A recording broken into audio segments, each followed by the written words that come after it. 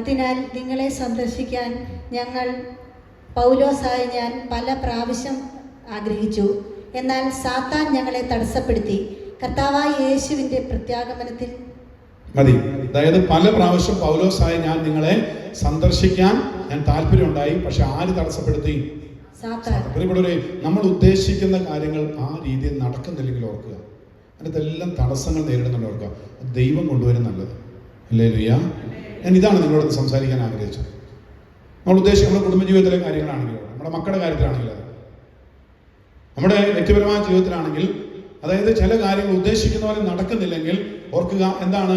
പ്രാർത്ഥിച്ചിട്ട് നടക്കുന്നില്ലെങ്കിൽ ആരെതിര് നിൽക്കുന്നുണ്ട്? സാധാരണ എന്തോ തടസ്സമുണ്ട് നമ്മുടെ വീട്ടിൽ. നമ്മളതാണ് തിരിച്ചറിയേണ്ടത്. നമ്മൾ ഒരുപാട് പ്രാർത്ഥിക്കുന്നുണ്ട്, കൊന്ത് ചെല്ലുന്നുണ്ട്, ആരാധിക്കുന്നുണ്ട്, പക്ഷെ ഉദ്ദേശിക്കുന്ന പോലെ കാര്യങ്ങൾ നടക്കുന്നില്ല.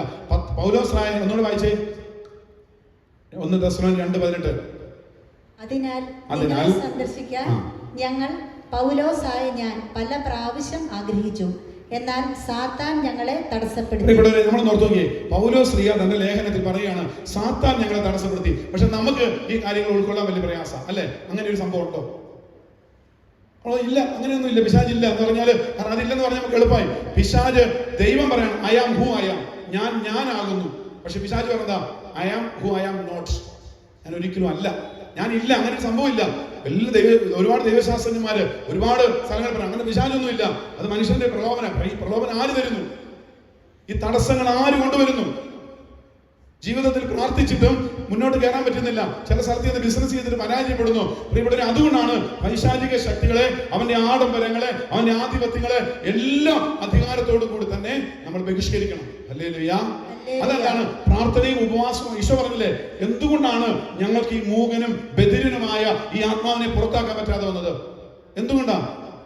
പ്രാർത്ഥനയും ഉപവാസവും കൊണ്ടല്ലാതെ.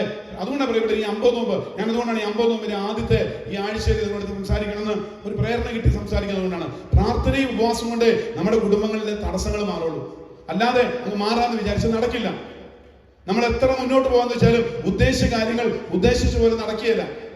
ബിസിനസ് ആണെങ്കിലും, ജോലിയാണെങ്കിലും, പഠനമാണെങ്കിലും, ഇവിടെ കുഞ്ഞുങ്ങളെ നന്നായി പഠിക്കണം എന്നുണ്ടെങ്കിൽ നിങ്ങളുടെ ഉള്ളിലുള്ള തിന്മയുടെ അരൂപിയെ മാറ്റണം.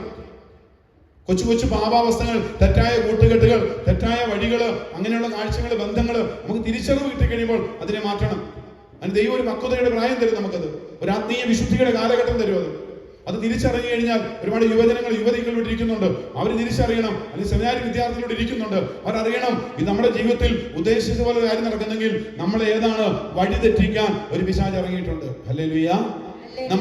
നമ്മുടെ ജീവിതത്തിൽ യഥാർത്ഥ മാർഗത്തിൽ നിന്ന് നമ്മളെ പിന്തിരിപ്പിക്കാൻ, നമ്മുടെ ജീവിതത്തിൽ നമ്മൾ എത്തേണ്ട വഴിയിൽ എത്താതിരിക്കാൻ വേണ്ടി, നമ്മുടെ ദൈവവിളിയുടെ പൂർണ്ണതയിൽ എത്താൻ, നമ്മുടെ നിത്യതയിൽ എത്തിച്ചേരാതിരിക്കാൻ ഈ സാത്താൻ അനേകം ആത്മാക്കളെ. അതാണ് ഈ പ്രതിസന്ധിയിൽ വീണുപോയ പത്രോസ്ലീഹ. നമ്മൾ തന്നെ പത്രോസ്ലീഹയുടെ ലേഖനത്തില് നമ്മുടെ ഈ ആദ്യത്തെ മാർപ്പാപ്പ പറയുകയാണ്, 1 പത്രോസ് 5:6 മുതലുള്ള വചനങ്ങളൊന്ന് വായിച്ചേ. 1 പത്രോസ് 5:6.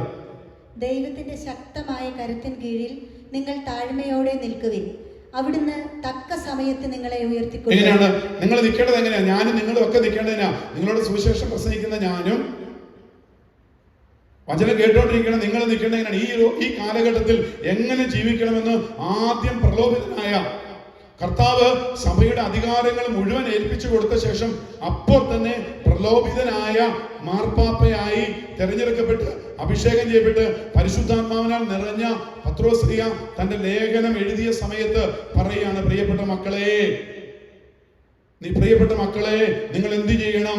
ദൈവം അഹങ്കാരികളെ എതിർക്കുന്നു, വിനയമുള്ളവർക്ക്. അതുകൊണ്ട് ദൈവസന്നിധിയിൽ താഴ്മയോടെ നിൽക്കണം. അഹങ്കാരത്തിന് ഒരു വാക്കുണ്ടെങ്കിൽ, മറ്റുള്ളവരോട് വെറുപ്പുണ്ടെങ്കിൽ, ആരെയും അംഗീകരിക്കാൻ പറ്റുന്നില്ലെങ്കിൽ നമ്മൾ ഓർക്കുക, പിശാചിന്റെ പിടിയിലാണ് നമ്മള്.